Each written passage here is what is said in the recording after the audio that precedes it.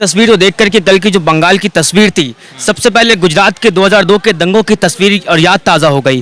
क्योंकि जिस तरीके से हम अगर बीजेपी के बैकग्राउंड को देखते हैं तो इनका हमेशा से एक इतिहास रहा है कि दंगा करो, जलाओ, आगजनी करो और हिंदू मुस्लिम के बीच डिवीजन करके ये अपनी राजनीति को आगे ले जाना चाहती है। इसको समझना पड़ेगा कि अगर इस देश में हिंदू वाकई खतरे में है तो फिर अमित शाह का बेटा जैसा बीसीसीआई का सेक्रेटरी नहीं, बजरंग दल में जाना चाहिए था। देखिए, हम कल भी उत्तर प्रदेश की जो बुलडोजर की राजनीति है, जो बुलडोजर की पॉलिटिक्स है, हम कल भी उसके खिलाफ करे थे। क्योंकि हम इस देश में लॉ एंड ऑर्डर चाहते हैं। जो इस देश का संविधान कहता है, जो इस देश का कानून कहेगा, उसके मुताबिक हर मुजरिम को सजा होनी चाहिए। ये किसी के घर पे बुलडोजर चला देना ये एक लोकतंत्र का हिस्सा नहीं है। ये जब आता है तब ये डेमोक्रेसी नहीं, तब ये डिक्टेटरशिप हो जाता है। हो सकता है कि भाजपा इस बगीचे में, इस हिंदुस्तान जो एक बगीचा की मानिंद है, इसमें खिल रहे हर फूलों को भाजपा कुचल सकती है, लेकिन आने वाले वक्त में भाजपा इस देश में बसंत के आने को नहीं रोक सकती। और इस देश में अगर हम बंगाल की धरती की बात करते हैं तो आपको याद होगा लॉर्ड कर्जन ने 1905 में जो बंगाल का बंटवारा किया था,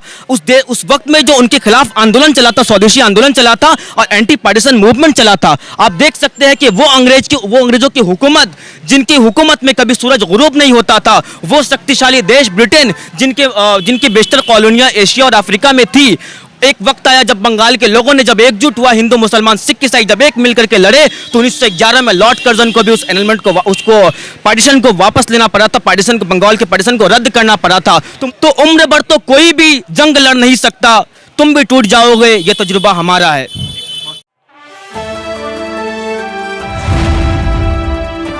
द इंडियन खबर, सच आपके सामने।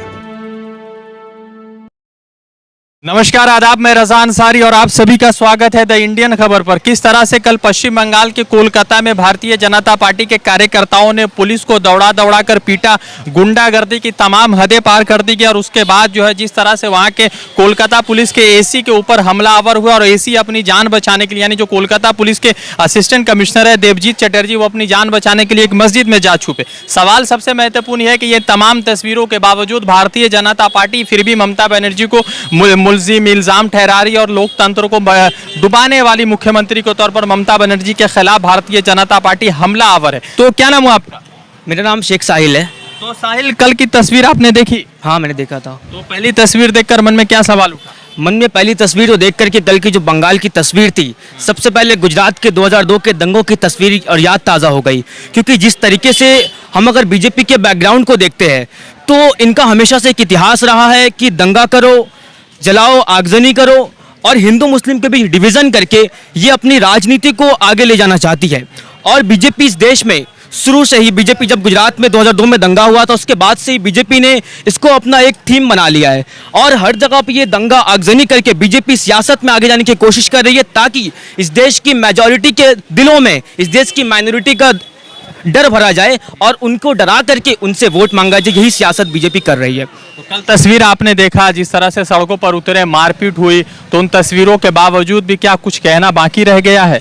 देखिए, सारी तस्वीरें, जो कुछ भी दंगा फसाद की कल तस्वीरें थी, सभी लोगों ने देखा है और अब ये भारत के लोगों को तय करना पड़ेगा कि हम हमारे बच्चे का भविष्य उज्जवल चाहते हैं, हमारे बच्चे का भविष्य एक अच्छा भविष्य देखना चाहते हैं, या फिर उन जैसे दंगाइयों के बीच हम अपने बच्चे को देखना चाहते हैं। क्योंकि जिस तरीके से बीजेपी इस देश की मेजॉरिटी के बीच हमेशा ये कह करके कि हिंदू धर्म खतरे में है, हम हिंदू हृदय सम्राट है, हम हिंदू की हिफाजत करेंगे, ये जो एक डर पैदा किया जा रहा है, कहीं ना कहीं आज इस देश के युवाओं को उस डर से निकलने की ज़रूरत है। क्योंकि जब तक ये डर बना रहेगा, ये एक डर, एक गलतफहमी है, जब तक ये डर बना रहेगा तब तक बीजेपी आपसे वोट लेकर के इस देश की सियासत में आगे बढ़ती रहेगी। आपको एक बात को समझना पड़ेगा कि अगर इस देश में हिंदू वाकई खतरे में है तो फिर अमित शाह का बेटा जैसा बीसीसीआई का सेक्रेटरी नहीं, बजरंग दल में जाना चाहिए था। ये बात इस देश के लोगों को, इस देश के खासकर इस देश के युवाओं को ये बात समझनी पड़ेगी कि हमारे बच्चे का क्या है। आपने तो आज फौज में भर्ती को भी 4 साल तक महदूद करके रख दिया। इस देश के बच्चों का, इस देश के युवाओं का कोई भविष्य नहीं रहा।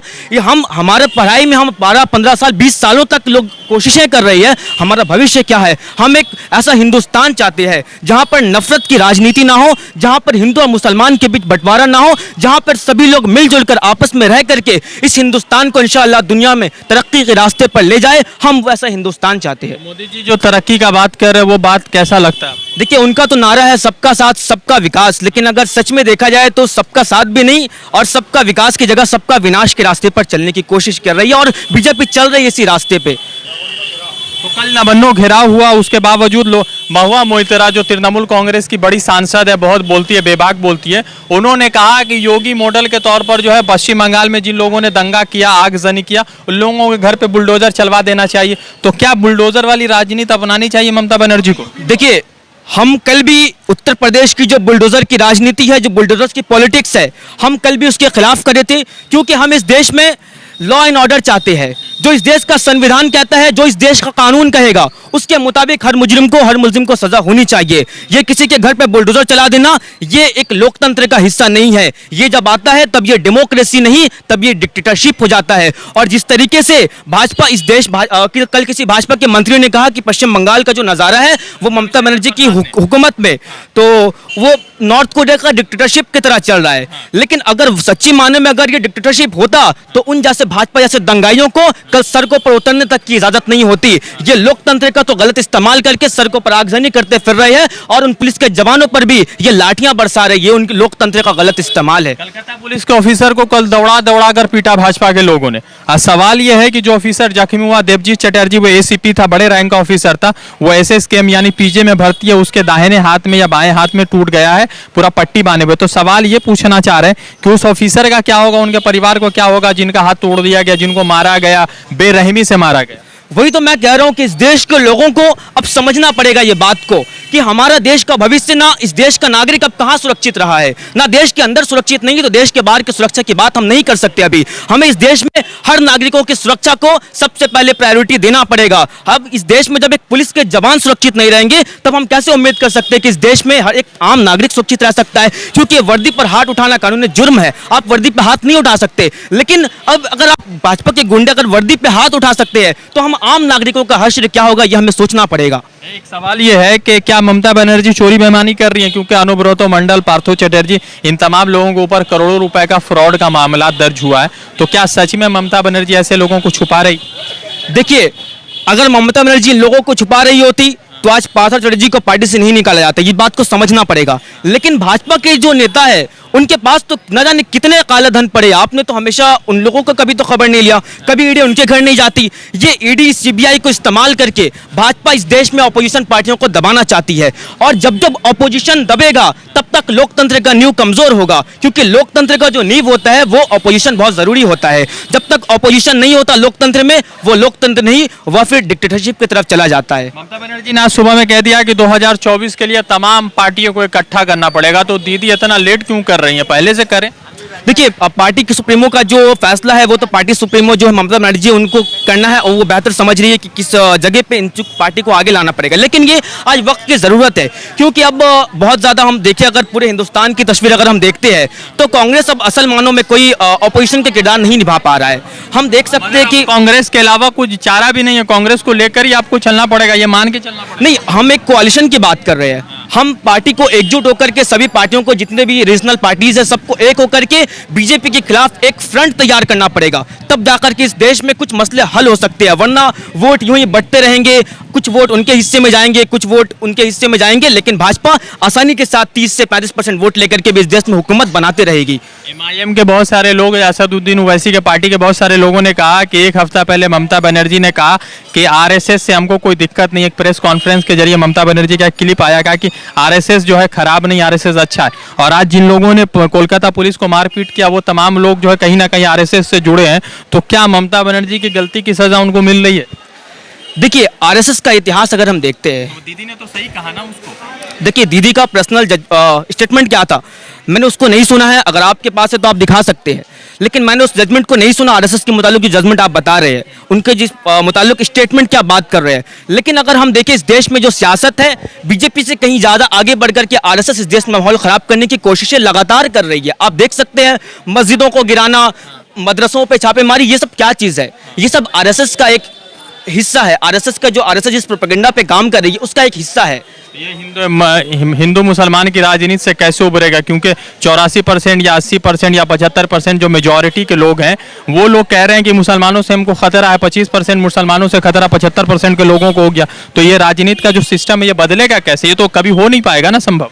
देखिए, मैंने आपको शुरू में ही बताया था कि जिस तरीके से भाजपा जिस देश में मेजॉरिटी के अंदर दिलों में खौफ पैदा कर रही है इस देश की माइनॉरिटी का, तो इस देश की जो मेजॉरिटी है उनकी ये जिम्मेदारी बनती है कि इस डर से बाहर निकले। और मुझे एक उम्मीद ये भी है कि भाजपा, हो सकता है कि भाजपा इस बगीचे में, इस हिंदुस्तान जो एक बगीचा की मानिंद है, इसमें खिल रहे हर फूलों को भाजपा कुचल सकती है, लेकिन आने वाले वक्त में भाजपा इस देश में बसंत के आने को नहीं रोक सकती। और इस देश में अगर हम बंगाल की धरती की बात करते हैं तो आपको याद होगा लॉर्ड कर्जन ने 1905 में जो बंगाल का बंटवारा किया था, उस वक्त में जो उनके खिलाफ आंदोलन चला था, स्वदेशी आंदोलन चला था और एंटी पार्टीशन मूवमेंट चला था। आप देख सकते हैं कि वो अंग्रेजों की हुकूमत, जिनकी हुकूमत में कभी सूरज गुरूब नहीं होता था, वो शक्तिशाली देश ब्रिटेन, जिनकी बेशतर कॉलोनियां एशिया और अफ्रीका में थी, एक वक्त आया जब बंगाल के लोगों ने जब एकजुट हुआ, हिंदू मुसलमान सिख ईसाई जब एक मिलकर के लड़े, तो 1911 में लॉर्ड कर्जन को भी उस एनलमेंट को, उसको पार्टीशन को वापस लेना पड़ा था, बंगाल के पार्टीशन को रद्द करना पड़ा था। तो मुझे उम्मीद है बंगाल के लोगों से कि बंगाल के लोग आने वाले वक्त में भी जिस तरीके से आज भी इस नफरत की राजनीति को ठुकरा दे रहे हैं, आने वाले वक्त में बंगाल की धरती में पले बड़े युवक और बंगाल की धरती में रह रहे लोग कल भी आने वाले वक्त में भाजपा की इस राजनीति को जो डिवाइड एंड रूल पे चलती है उसे फिर से ठुकरा करके इस बंगाल की धरती को हमेशा अमन और शांति का गवारा बनाए रखेगी। ठीक है, एक सवाल है कि कुछ शेर वेर जो तमाम तरह के सियासी मामला चले जो बीजेपी के नाम करना चाहते हैं, क्योंकि बीजेपी ये समझ रही है कि उनके पास सांसदों की संख्या है, उसके पास फोर्सेस है, उसके पास पावर्स है, तो वो इस देश की ऑपोजिशन को दबा सकती है, इस देश की माइनॉरिटीज को कुचल सकती है। लेकिन मंजर भोपाली का एक शेर है कि उम्र भर तो कोई भी जंग लड़ नहीं सकता, उम्र भर तो ये जंग असल मानों में जंग हथियारों की जंग नहीं, नफरत की जंग है जिसके खिलाफ हमें लड़ना है। हाँ, तो उम्र भर तो कोई भी जंग लड़ नहीं सकता, तुम भी टूट जाओगे, ये तजुर्बा हमारा है। तो लगातार जिस तरह से पश्चिम बंगाल के कोलकाता में एक नफरती दौर शुरू करने की साजिश की गई है और उसके बाद तमाम तरह से जो है अपोजिशन पार्टी इकट्ठा होने की बात है। आपको 2019 का एक डेटा शेयर करते हैं कि पश्चिम बंगाल यह हो या देश भर में भारतीय जनता पार्टी को सिर्फ 33% वोट मिले थे, यानी 67% लोग आज भी भाजपा से नाराज है, मगर सभी वोट जो है कहीं पर 15% कट रहा है, कहीं पर 20 कट रहा है, कहीं पर 30 कर रहा है। यह तमाम तरह के वोट अगर इकट्ठा हो जाए तो शायद जिस तरह से इंदिरा गांधी के 1984 वाले सरकार को गिरा फेंका गया था, उसी तरीके से शायद 2024 में ऐसा कुछ संभव हो रहा है, क्योंकि राहुल गांधी एक तरफ भारत जोड़ो यात्रा, दूसरी तरफ पश्चिम बंगाल की मुख्यमंत्री ममता बनर्जी जो है अलग अलग गवर्नमेंट के साथ, रीजनल पार्टी के साथ इकट्ठा हो रही, तो दूसरी तरफ नीतीश कुमार, केजरीवाल, केसीआर भी एक साथ होने की बात करे। देखते हैं क्या कुछ निकलता है। रजान सारी की रिपोर्ट, द इंडियन खबर के लिए। द इंडियन खबर, सच आपके सामने।